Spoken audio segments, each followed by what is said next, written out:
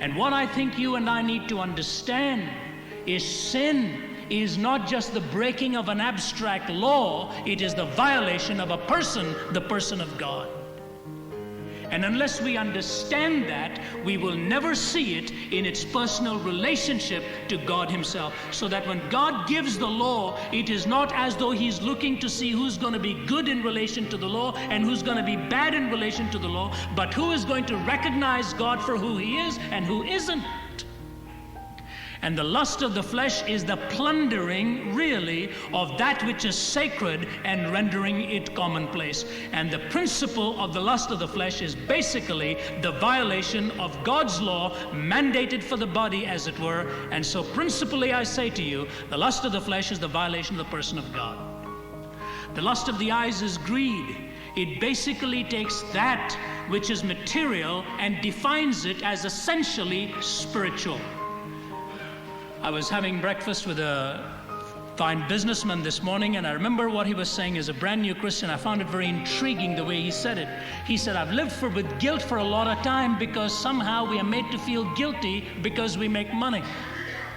And he says, only now I'm beginning to understand how that money can be used for the honor and glory of God. And I think that's a tremendous perception. I do not believe any man needs to feel guilty about making money or possessing money, but we need to feel guilty if we are possessed by it and if that makes us. There's nothing wrong with the boat and the water. The problem begins when the water gets into the boat. It was all right so long as Lot's wife lived in Sodom. The problem began when Sodom began to live in her.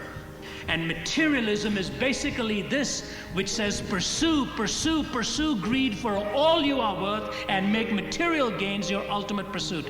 Before I became a preacher, I was the banqueting manager of a hotel in the city of Toronto.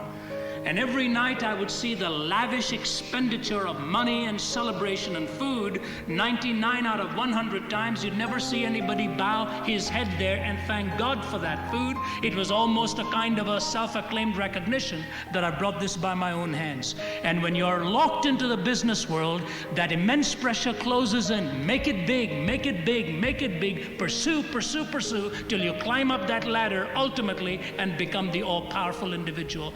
God says that it is easier for a camel to go through the eye of a needle for a rich man, not because the man is a possessor of riches, but because in many instances it is hard to possess them and not be possessed by it.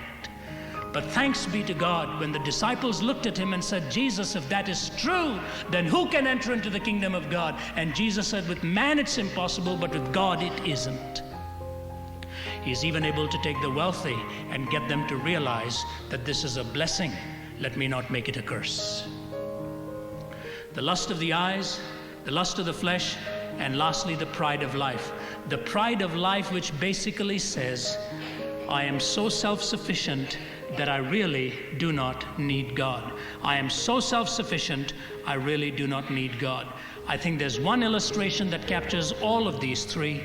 It's a painting in Rochester, New York, of a man riding on a horse, holding on to the reins of the horse with one hand, reaching out for a jeweled crown with the other.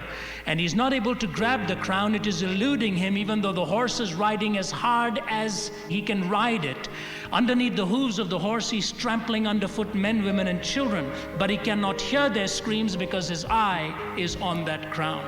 And ladies and gentlemen, sin basically means to get your eyes off God, to get your eyes on the pursuit of merely earthly existence, and where you become the center of all that is, and man becomes the point of reference for you rather than God.